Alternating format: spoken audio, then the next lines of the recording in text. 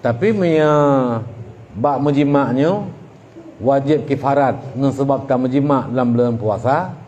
Keuragam wajib kifarat. Urinang hana wajib. Yan urinang hana wajib. Putra kifarat ke pemerdeka alamiah sabah ataupun haiknya ke puasa 2 bulan berturut-turut. Haik ke puasa 2 bulan berturut-turut. Gebi makanan 60 orang fakir miskin. Tiap sira orang secepak berah. Adapun satu mod makanan. Nyan artinya wajib keuragam. Hana wajib keurinang. Mereka lega man ke bahana wajib pakah hana wajib keurinang kan 2 ke pupuhnya. Gumbati-bati puasa. Hanya 2 ke. Ya, tapi wajib keuragam. Pakan wajib keuragam. Ya, karena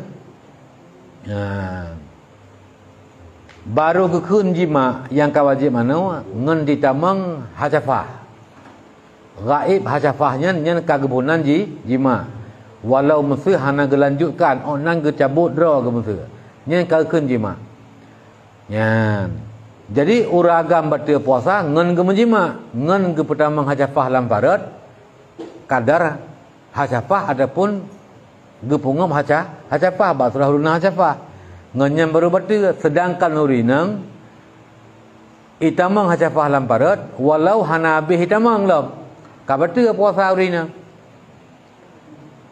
awai batal puasa urinang kan awai batal puasa urinang ngan batal puasa uragam ngan pu batal puasa urinang kan nganjima ngan batal ngan itamang barang kapu lamparat uragam ngan pu batal nganjima maka urinang hana wajib kifarat karena batal puasa kan nganjima tapi ngemasuk sesuatu walaupun yang masuknya zakar cid karena on ditamang yang je ke batal puasa urinang dalam gubuhan jima yang separuh hajafah ditamang yang ka batal puasa urinang jima dalam gubuhan itamang habis hajafah baru gubuhan jima baru batal uragam jadi uragam gubuhan membatalkan puasa dengan jima maka wajib kifarat. Urinang gebunan membatalkan puasa dengan sesuatu masuk ke dalam rongga pada farad, pada kubul. Yan ke lagi. Berarti rauno ibarat ni 60 dia. Ya. Berarti itu 6 pun berapa tu 6 jima dia akhir berarti tu. Jadi nak denda ni kalau betunya nak tabayu.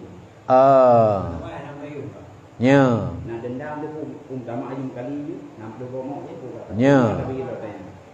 Yang denda batal puasa, denda hana qada. Hana qada lah puasa batal je kan. Kaitan meng Ramadan tu nyau. Nyen payah buh puasa, payah buh fidyah tak ki qada. Ya, sabomok sakai mesti cun ni 2 bomok.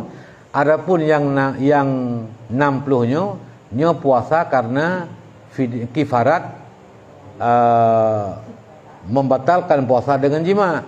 Nyo kifaratnya hana mendenda, yang mendenda fidyah. Namo. Jadi sama dengan mereka melingkar tu hana gebaya lah perlu pihak gebaya. 60 sa. 60 sa. 60 buat kifarat. Sabah ber fidyah getak ki kata. Tak bermut. Cepat, tikan are. 2 kai. Mod kan mod floating. Tim yang 60 ni dia lebo. Lebo, ni floating yang lebo. Tapi lebo mulai ya.